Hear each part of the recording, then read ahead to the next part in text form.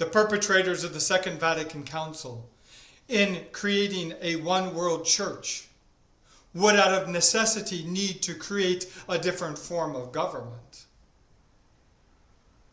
They themselves admit that Christ is no longer their king. They no longer will rule by monarchy and therefore by hierarchy. In fact, their own documents themselves, particularly the one on collegiality, making all the bishops equal to the Bishop of Rome in decisions with the church, have created an Episcopalian church. That form of government, but it doesn't stop there. It is in fact a communist form of government. Now this would all be conspiracy theory, if it were still a theory. But it has in fact taken place, and we can see it in the way that they use their office today. Now, let's be straight and clear here again. We are not speaking about the Catholic Church. The Catholic Church is and always will be under the rule of Christ the King. It will always have a hierarchy, and that hierarchy will always have the mandate to protect and to defend what Christ taught the apostles. This is very different than the form of government created by the Second Vatican Council in this heretical doctrine of collegiality. Here, as in so many other places, man has taken the place of God. It's as if they could, they have uncrowned him, to use the words of Archbishop Lefebvre.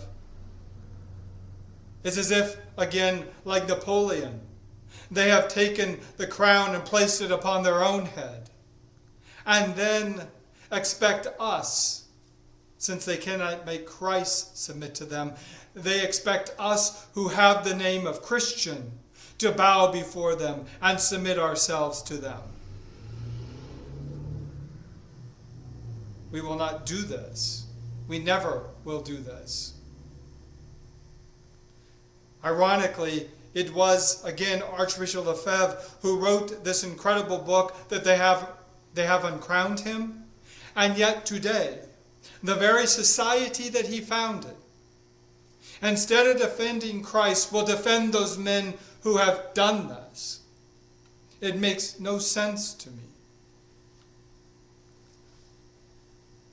If we cannot see that this one world church with its communist form of government has been set up in opposition to the Catholic Church, to Christ the King, to the legitimate hierarchy which protects and defends, if we are so blind still to this, then we will continue to have these discussions about how can these men do this? How can Francis do this? How can the bishops do this? This is how they do it. Because they do not intend to submit themselves to Christ and his church. They intend to make you submit yourself to them. In a Catholic system, the hierarchy serves the faithful, bringing them to Christ. In a communist system, as also in the secular society, the people are there to serve the needs of the state, or in this case, the diocese or Rome. That is a complete opposite understanding of what it means to govern. Even in their right of now what they call ordaining a bishop, the form is make this man a governor of the people of God. A governor. And so we must be able to be clear in our own minds when we hear them speak and when we hear others speak.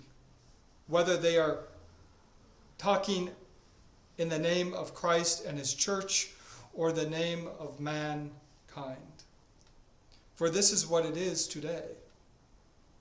This communist one-world church will speak of God, but when they speak of God, they mean kind of a pantheistic mankind.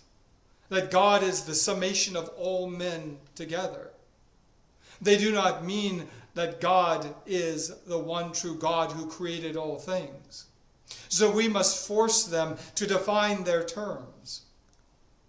The first point of theology.